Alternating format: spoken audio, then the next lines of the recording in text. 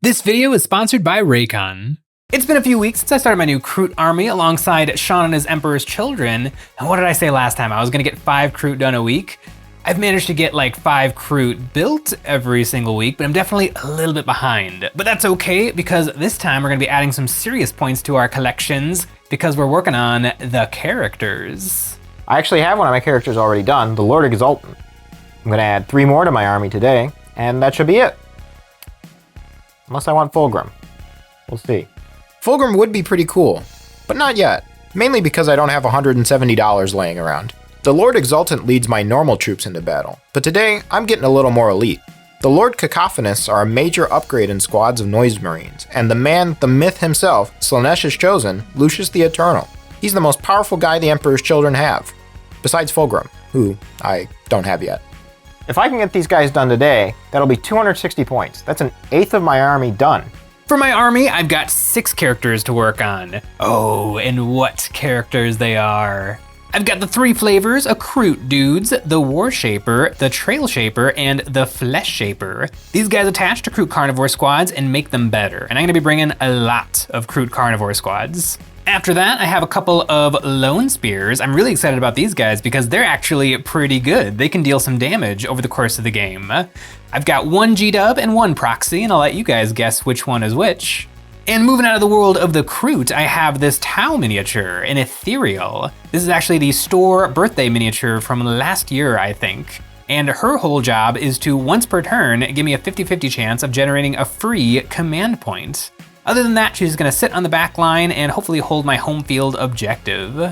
Over the past couple of weeks, I've managed to get all of these models built and ready for painting, but I need a little bit more time to get those bases just right. These are the heroes. I want their bases real nice.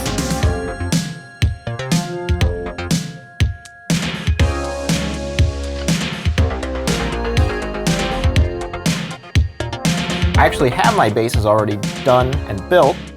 These are bases from Zabavka Workshop. You can get them today on the Eons of Battle web store. Buy some, I'll print them, I'll send them to you. The Cacophonist kit doesn't have a lot of options. To get a different look, I took one of the Noise Marine heads instead. I snipped the neck flat and then got ready to paint some sub-assemblies, along with the chest tubes and Lucius's whip. After painting the Lord Exultant's cape after attaching it, I think this will be much easier for these guys. Everybody got a coat of black primer. I knew the Emperor's Children were freaky, but this seems a little excessive. I need to make these lords match their Noise Marines with the same white, pink, and gold color scheme. To get the black looking less primer-like and more like armor, everybody got a dry brushing of dark gray and gray. I also threw this on Lucius too while I had the dry brush out. Now time for the dreaded task of getting white over black. I started out putting bright neutral gray over their aprons and guns. It's much easier getting the paint onto these pistols than all over the Noise Marine Sonic Blasters. This color does a pretty good job covering, and then I put on more coats of bright white paint. It's a slow process, but it's only for a few areas, and I'm still much further along than Jay is. I'm just over here, cranking out bases. I'll catch up. Next up is the gold. First, a layer of dark brass on every single bit of trim. There's a lot of trim. And then putting on the bright gold. The bright gold makes a big difference. These 2 steps are kind of a pain, but with them out of the way, it's on to some fun. Time to pick out some parts with pink. I learned my lesson on the Noise Marines. Less is more. I looked over the armor and picked out what bits will be pink with these little dots to help me remember. I love getting to make individual decisions like this to help each guy stand out. Then I started the base coating. Putting pink onto the armor, doing my best to keep it off the trim, and then going over that pink again with this fluorescent pink. This pink is so pink, it makes the old pink look purple. Then the green. I looked around and found all the tubes on the lords and hit them all with a coat of green, and then gave each tube highlights by mixing in ice yellow and layering up. The Cacophonists are almost done now. The last step is finding all their little tassels and painting a coat of red with a wash, and boom, 2 characters all done. While Sean's finishing up his musicians, I finished all 6 bases for my Kroot heroes, and now you might think that they're ready to be painted, but there's just a couple of little edits I would like to make to get these guys truly perfect. I want to do a little something special to each of my heroes, and to do that, I have a bag of Kroot bits to pull from.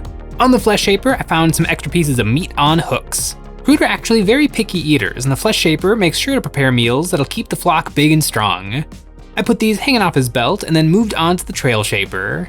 This guy finds the trails that lead the Kroot to victory. They have keen eyes and animal friends to survey the battlefield, and I found him a friend. This vulture is from the Zinch Carrick Acolyte sprue. I clipped this bird off the sprue and got it cleaned up and attached, and I got lucky. His feet and tail curl around and I can get it to contact the quills in a few places.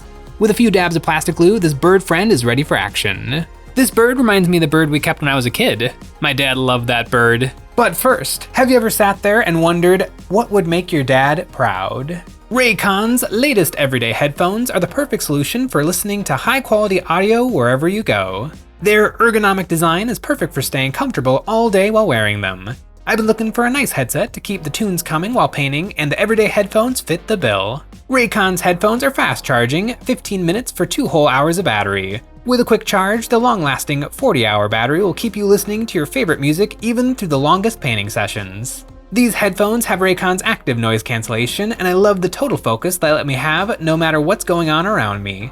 Just the sweet dulcet tones of Oingo Boingo, or maybe some They Might Be Giants. And of course, listening to the latest Black Library audiobooks. If you want high quality surround sound starting at half the cost with those other headphones, or maybe you're looking for a good Father's Day gift, then look no further. Use the link in the description below or go to buyraycon.com/EonsOfBattle15 to get 15% off site-wide. The Warshaper is the ringleader of the whole operation, and I want to give him some spears that I didn't put on the lone spears. I took some Tamiya putty and wrapped a big noodle around the shaft, and then put a smaller noodle around that to make it look like some leather, and then glued this onto his cape. And speaking of lone spears, I glued on the Kroot long guns because I love how they look, but really the weapon that's got me excited are the blast javelins. I have to invent these, and so I took some plastic card tubing and cut short lengths and capped these off with some flat plastic card, and then I nipped them into shape. I put some aluminum wire into the holes for the trigger, and I used lengths of 1mm brass rod for the handles, and I glued these two together to make little bundles. I put more Tamiya putty to make a little holder for these and glued them to the backs of my lone spears to make them perfectly WYSIWYG. With the Kroot done, it was time for the Tau, and the cool thing about the Ethereal is she can take a pair of drones. Technically, these are meant to be separate models, but I want to incorporate them into the sculpt. I drilled a little hole into the side through her spear and shoulder, and then through the drone, inserting a little sewing pin with plenty of glue.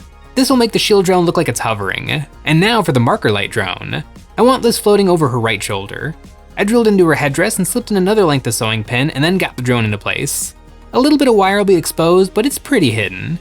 Ooh, that's looking pretty spicy. It does make the model huge, but that's actually not a problem because according to the rules, if you've upgraded a model to have a drone, place a drone token next to your model as a reminder. These do not count as models for any rules purposes. It's a little like if a tree falls in the woods. If you've glued something down to your model, but you're not allowed to shoot at that thing, did you really glue something down to the model?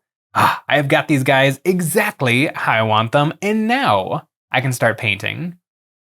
While Jay's working on his Kroot, I'm ready to start on the Warlord for my army. No, not Fulgrim, not yet. I'm going to be painting up Lucius the Eternal, who will lead my force for the time being. I'm not a fan of how GW painted their paint scheme for Lucius. I think it's too dark, so I'm gonna try something a little different. Lucius has all these screaming faces coming out of his armor, but you'd never know it from the box art. I want them to stand out. I started by painting all the faces with a red color, then hit just the faces with some pink. And once that was done, I hit the most prominent details with a lighter pink. With the spooky faces all done, it's time for the skin. I picked out all the flesh with some ruddy umber, and then glazed on some dark red using a damp brush to feather it out. With it all watery like this, it flowed into the cracks and made the skin look all nasty and rotten. With all the special armor bits done, it's time to paint up the regular bits to make them look like the rest of my army. The flag got white, the trim got gold, and I made his cute corset all pink. While Sean was finishing his Warlord, I was getting started on my Kroot. Giving everybody my customary red-brown blast and then the Zenithal with yellow. First up for me, this trio of Kroot dudes. These are going to be painted up just like my normal Krootsies, but the Warshaper and Flesh Shaper will have blue skin.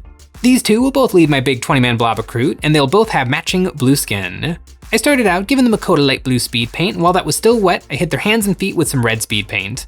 I did some highlighting, mixing up my jade and green colors to do some highlights brightening up their scraggly Kroot complexions. I really dig this look, and I decided to give one of my lone spears the same treatment. The blue skin Kroot looks really good. I decided to throw it on one of my lone spears as well. I think I'm gonna do my 5 10-man Kroot squads in my tan color, but for the 1 20-man squad, I'm gonna use the blue colors so that they can become the blue man group. Now, in the lore, the Kroot take on the characteristic and appearance of whatever they eat. So these guys are blue, and what else is blue? The Tau. Now, the Kroot don't eat the Tau. It's forbidden, they're allies. But these guys are blue. I'm not saying that they've been snacking on their comrades, but let's just say I'm gonna use the same colors when it's time to paint the ethereal. I threw some black speed paint over the armor and weapons for my Kroot heroes, dry brushing these with gray, using a lighter gray to do some scraggly, scratchy highlights. Then I hit all the leather with brown and orange. I like to go very bright and saturated for my leather, because typically my Kroot are very desaturated. After a few coats of orangey tan, my leather was looking nice. I switched it up a little for the Flesh Shaper. On his cloak, I left the airbrush colors and put some more highlights of tan to brighten it up. Now my two boys are nearly done, it's time for the special effects. I like this Turbo Dark super shiny silver, and I sponged this over the weapons and armor. And for the Flesh Shaper, I assume he gets a little dirty in his line of work, so I took some Blood for the Blood God technical paint and used the airbrush to blast it over his front, showering him in gore. The only fella left is the Trail Shaper. I did him up exactly like the normal Kroot, the only difference is that bird. I hid his fluff and wingtips with light gray paint, and then put a black speed paint over his body feathers. I dry brushed the feathers, and once that was dry, I put some scratchy white highlights over the feathers, and then threw a watered down red speed paint over his neck and legs. I put orange over the beak, mixing it with white paint to lighten it and do some highlights, and I decided to have a little bit more fun, and I picked out some of their decorations with gold. My trio of heroes are now done, and I'm quickly catching up to Sean. I've been fussing with Lucius for a while now. I need him to be absolutely perfect because Emperor's Children don't really have a dedicated anti-tank unit in the army, but there is a way to cheat it out with the Flawless Blades. The Flawless Blades have an ability that gives a guaranteed 3-up critical wound against anything they're attacking, but if they don't kill that unit, a Flawless Blade dies, and Lucius can go into the Flawless Blade unit. So with him and them all together, you can get 24 guaranteed 2-up, 3-up attacks that if they don't go through, a Flawless Blade just dies. That's 30-something points, who cares? So I needed him to be perfect because he's gonna be doing some work. Lucius's face is all messed up because he gives himself a new scar every time he loses a fight. Lucius may think he's the greatest swordsman in the galaxy, but he sure seems to lose a lot. Luckily, he'll never lose again in my arm. I base coated the head with a red pink and then mixed more and more ice yellow into this color to make it lighter. I put more and more layers around his bald head until the front was glowing. The front of his face is almost pure white with bright pink eyes, which look spooky and great. He's had a rough couple thousand years in the warp. Now to give him some drugs. The bouquet of test tubes on his backpack got some green base coat first. I wanted to make a couple half full, so I put light blue on the top half of the tube to show the empty space and then painted green on the bottom half. After a few coats, I was pretty satisfied.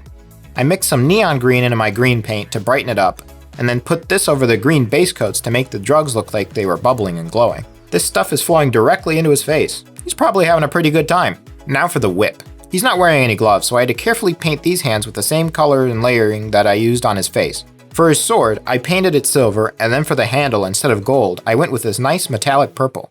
I put speed paint right over the handle and up the blade to tint the silver paint purple. I airbrushed some ice yellow over the whip itself and then glued it on with super glue. I then coated the whole thing in a purple speed paint, which matched perfectly with the sword and his armor.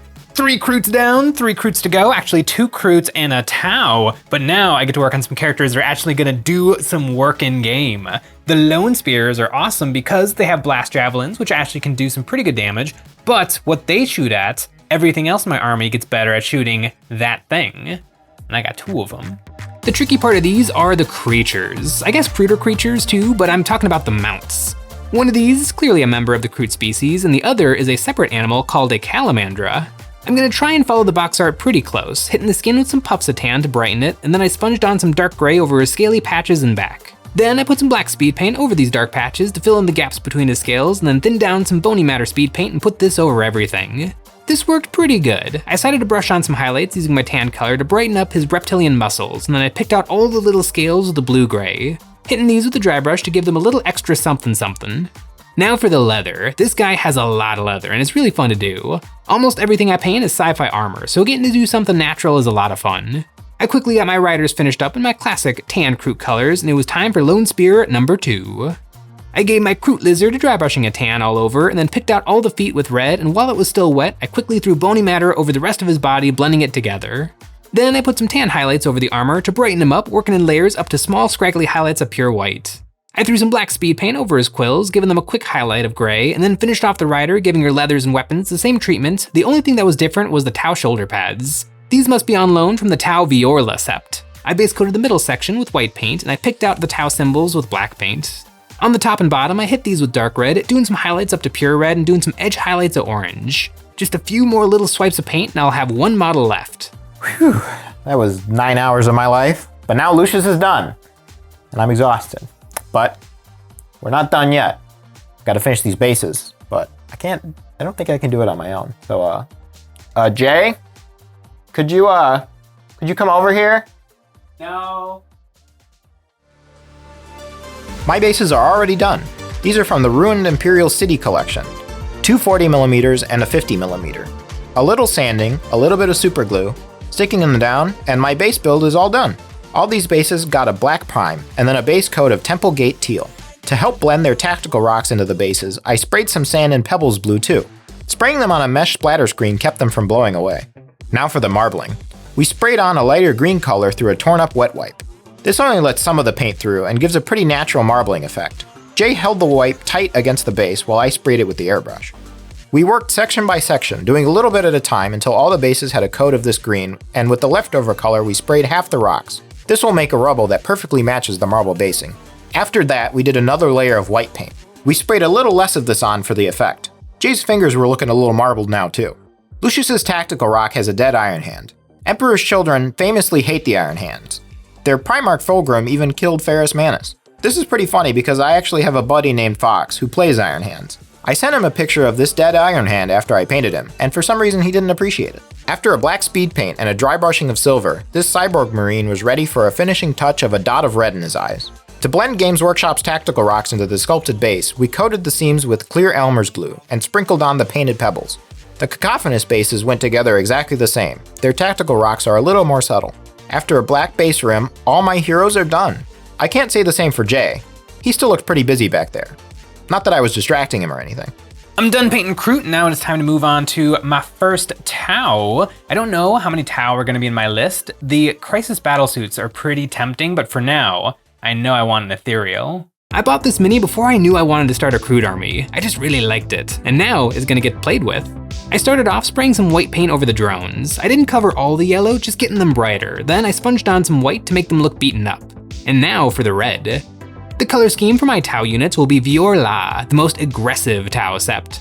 I painted the rings and part of the antenna with red and did some highlights with yellow, putting red over top to get some gradients from bright red to almost pure black. I did some more sponging of white paint to make the red parts all beat up, and I picked out all the machinery with gray. I watered down this gray paint to help it flow into the hard to reach Tau places and did a dry brushing of light gray.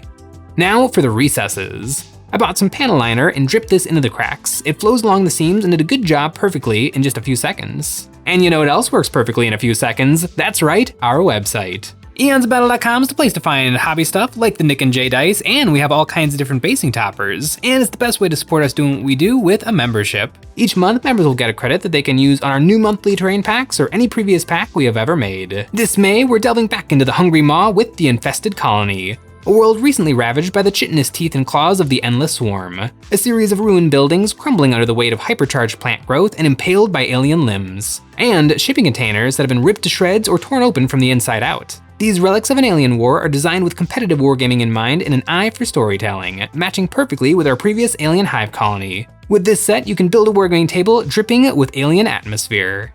With her helper drones done, it's time for the Ethereal. I love the look of the box art. She's got 3 red colors going: dark red cape, maroon red skirt, and bright red tunic. I mixed up these colors on my palette and got to work putting them in their place, getting nice base coats down. With the base coats done, I carefully highlighted all the reds with a mix of bright red and orange. Unlike the Kroot, who are rough and tumble, I took my time getting smooth blends on the Tau robes. Even though she's just a cheap 50-point utility character, she's an Ethereal, and in the lore, they're very important. For her armor, I hit this with some white paint, and I carefully picked out the Tau gems with gold paint. Moving on to the spear, this isn't just ceremonial, it's 2 attacks. Not good attacks, but they exist. In the in-between parts, I put black paint, and then white on the outside bits. And for the skin, I brought back my blue Kroot recipe. Speed paint base with highlights of turquoise and yellow. It's probably a bad idea to be on the battlefield basically wearing no armor, but I guess she does have a shield drone backing her up. On her little box of fire, which I'm sure means something, I gave it a few puffs of yellow to get some object source lighting started, and then glazed on some water yellow, orange, and red over the flames to get it cooking.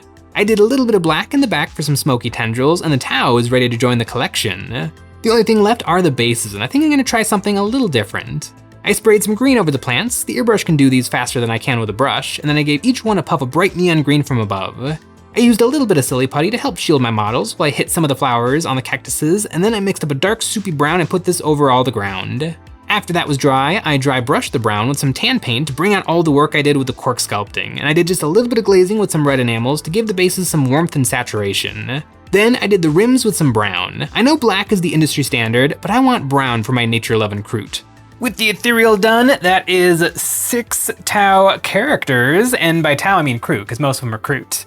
The army is starting to feel real. Now where did that little scamp Sean get to? With a nice little flock of painted models in front of me, it's starting to feel real. These models felt real for me once I bought them.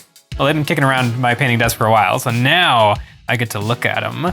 These guys, this is 10% of my army, because my army's gonna have 120 models in it, and this is 13, so I got more to do. Mostly carnivores. This is also 10% of my army, with only 6 models, out of about 60, I think. I'm glad that I have my leader done now, though.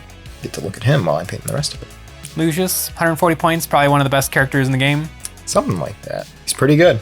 Looking towards the future, I think we work on the combat patrols, because you just finished your combat patrol. Yes, I finished building it. And I am gonna do the combat patrol, but I hear you say there is no Kroot combat patrol. Well, there is. It's in White Dwarf issue number this one. This tells you all the models to take, and it's some of the stuff here, and a lot of the stuff that's not here, so I have some work to do. How many carnivores is that? Just 20, so I need 15 more, and then I need 50 more for the rest of my army. And what's next for the Emperor's Children? I'm gonna work on the combat patrol, so that's gonna be 6 flawless blades to do. So I'm looking forward to that. They gotta go with Lucius. How long until you think we're entering these guys in an RTT? I think it's coming along faster than I expected it to. So I think, what'd you say at first? Like 7 months? 7 months? Yeah, that's possible. We'll see.